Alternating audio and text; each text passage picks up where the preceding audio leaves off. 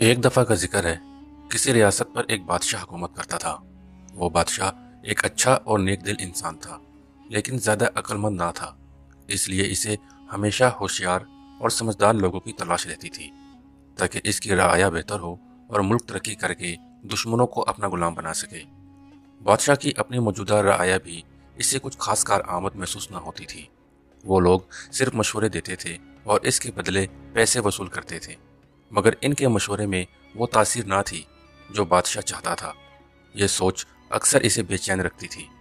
ایک دن بادشاہ نے اسی الجھن سے نجات کے لیے اپنے درباریوں کے ساتھ جنگل کی سیر کا ارادہ کیا۔ شاید قدرت ہی اسے کسی جواب تک لے جائے۔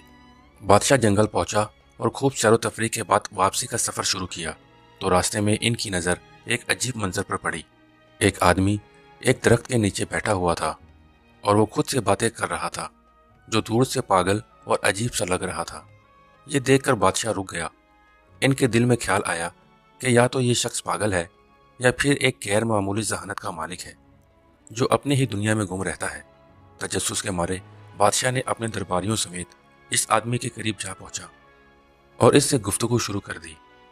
وہ آدمی بظاہر آدھا پاگل لگتا تھا، لیکن اس کی باتوں میں ایک عجیب کشش تھی۔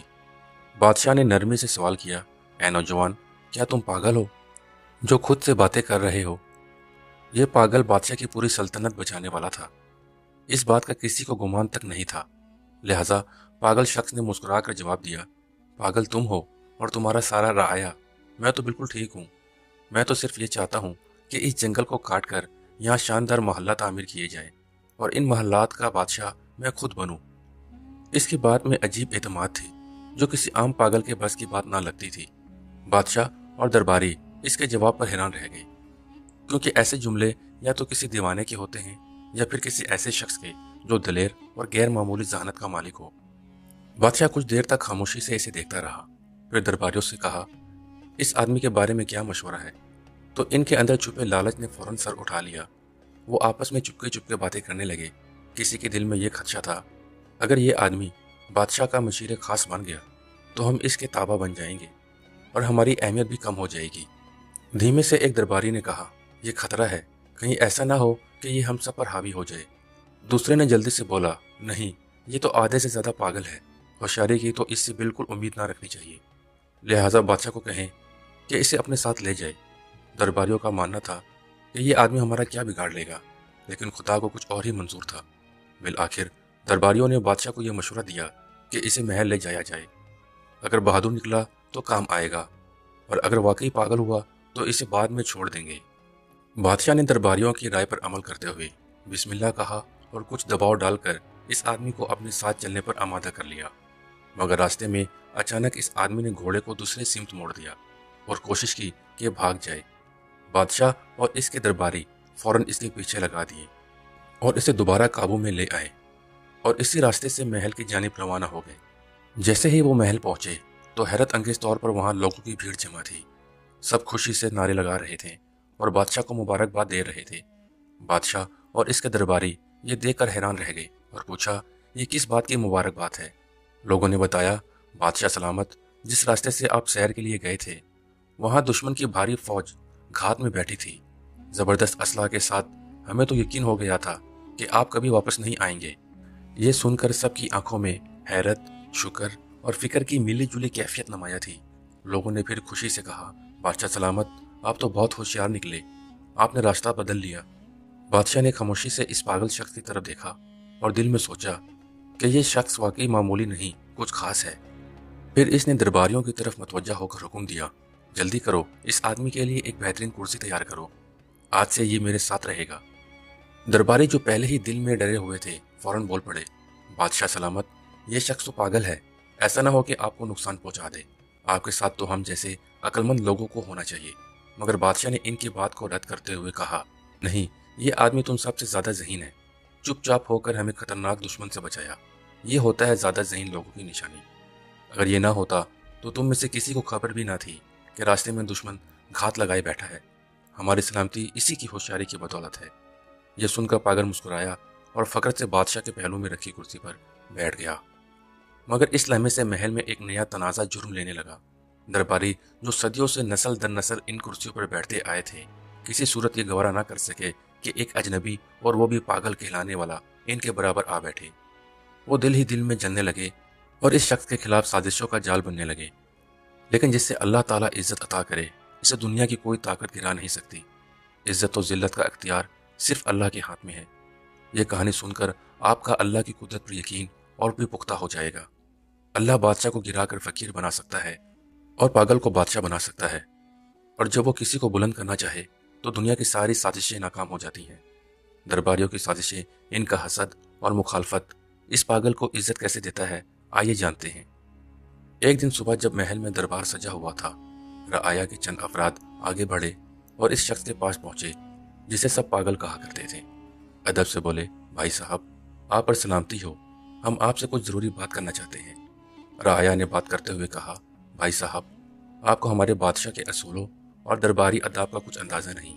हम तो बस ये चाहते हैं कि आप किसी गलत फहमी में कोई ऐसा कदम ना उठा लें जिसकी वजह से आपको सजा भुगतनी पड़े। पागल ने हैरत से कहा, क्या मतलब, मुझे सजा मिलेगी? मैंने तो कभी नहीं कहा था कि मुझे यहाँ महल लाया जाए। ये कैसी मुसीबत है, मुझे वापस ले चलो। इसके बाद सुनते ही राया के चेहरे पर एक हल्की सी खुशी की लहर दौड़ गई।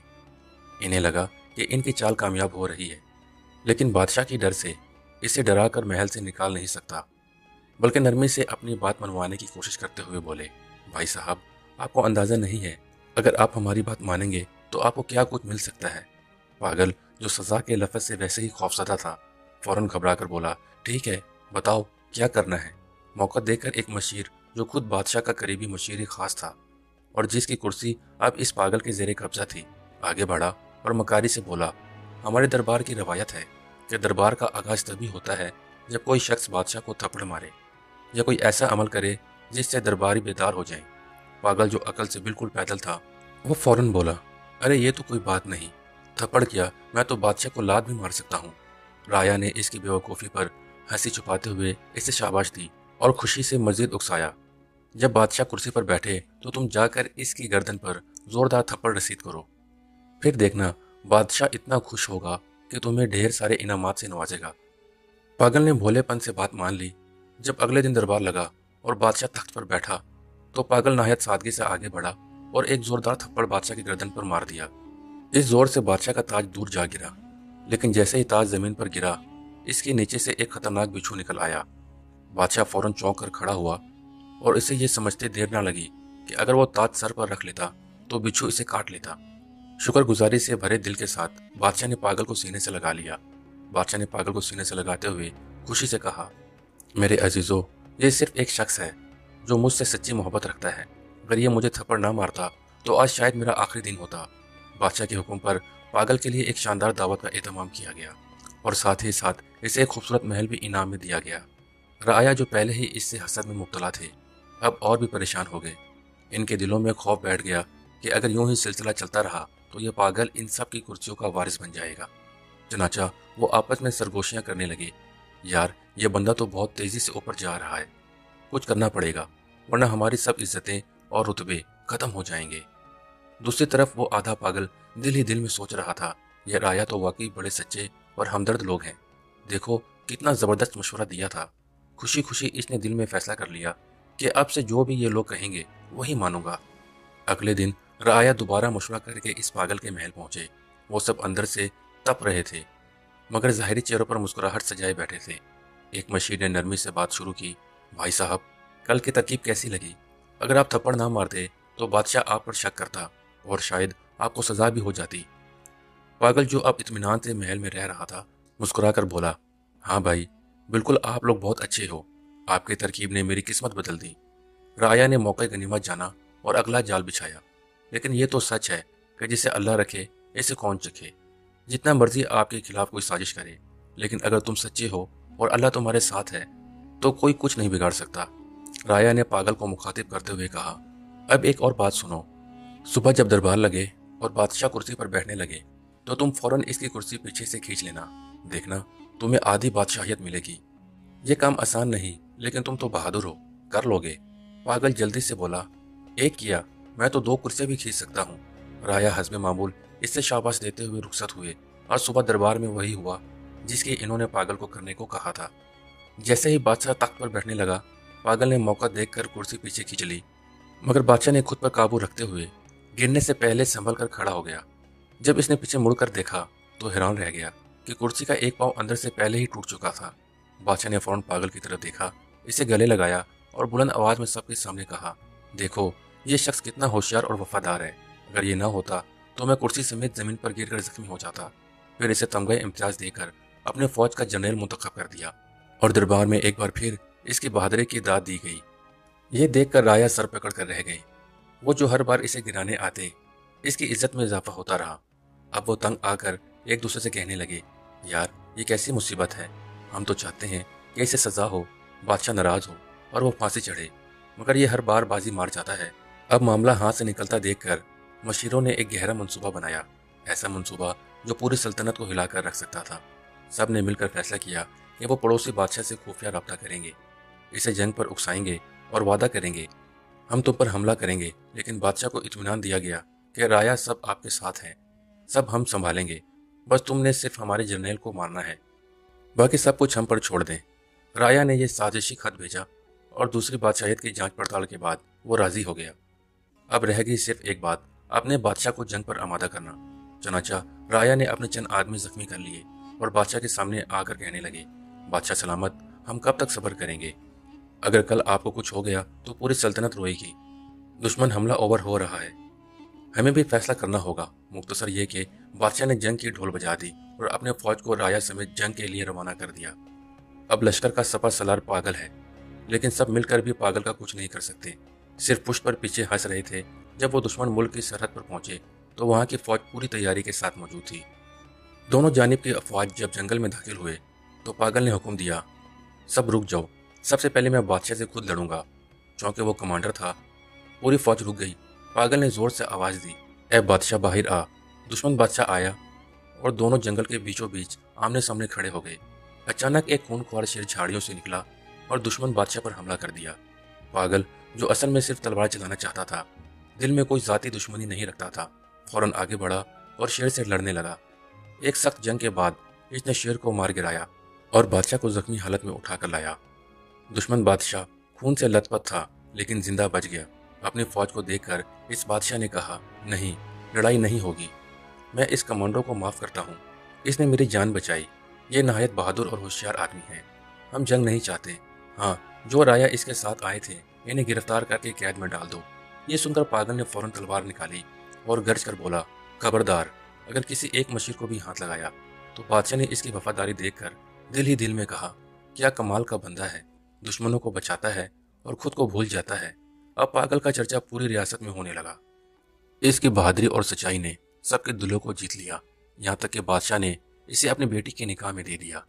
राया, जो पहले ही अंदर से जले बैठे थे, ये मंतर देखकर चुप तो रहे, लेकिन हर कदम पर जिल्लत का बदला इनका मकसद बन गया। अब दोनों रियासतें एक बनने लगे, दोनों की दुश्मनी दोस्ती में बदल गई। लेकिन राया ने एक और नया जाल बनाने का फैसला किया। एक दूसरे से कहने लगे, अगर इस पागल को हमने ना रोका तो कल हम सब इसके गुलाम बन जाएंगे, इसे खत्म करना जरूरी है। सब ने एक जुबान होकर हाँ कर दी, लेकिन इनमें एक बूढ़ा मशीर भी था, तजुर्बाकार और दिल का नरम। इसने बड़ी कमाल की बात की। वो उठा और नहायत संजीदगी से बोला, दोस्तों, मेरी बात गौर से सुनो। दुनिया में हर शख्स को अल्लाह ने एक खास मुकाम, हैसियत और सिफ्त अता की है, और याद रखो, जिससे अल्लाह इज्जत देता है, दुनिया की कोई ताकत वो इज्जत छीन नहीं सकती। अगर तुमने इसे मार भी दिया तो याद रखो, इसकी इज्जत और भी बढ़ जाएगी। और अगर तुम ये समझ रहे हो कि इसके मरने से तुम्हें तुम्हारी खोई हुई कुर्सी वापस मिल जाएगी, तो तुम धोखे में हो। एक दिन सच सामने आ जाएगा और तुम सब अपने अंजाम को पहुंचोगे। लिहाजा अल्लाह की रजा पर राजी हो जाओ, इसी में हमारे लिए बेहतरी है। इसने सांस लिया और फिर नरमी से कहा, तुम सब सिर्फ एक बात समझ लो, वो बज़ाहिर पागल है, लेकिन अल्लाह ने इसे एक नायाब सिफ्त अता की है, और वो है किस्मत। अगर पूरी रियासत भी इसके खिलाफ हो जाए तो वो अकेला ही जीत जाएगा। लिहाजा इससे उलझने के बजाय खुद सच्चाई अख्तियार करो। सारे राया ने अपनी हसद पर तौबा किया और कुछ वक्त बाद पागल वफात हुआ और राया फिर से अपने रुतबे पर फाइज हुए। तो दोस्तों, ये कहानी बज़ाहिर एक फ़ानी कहानी लगती है, लेकिन इसमें एक हकीकी सच छुपा है जिसे हमें तस्लीम करना होगा, और वो है सच्चाई, किस्मत और अल्लाह का करम।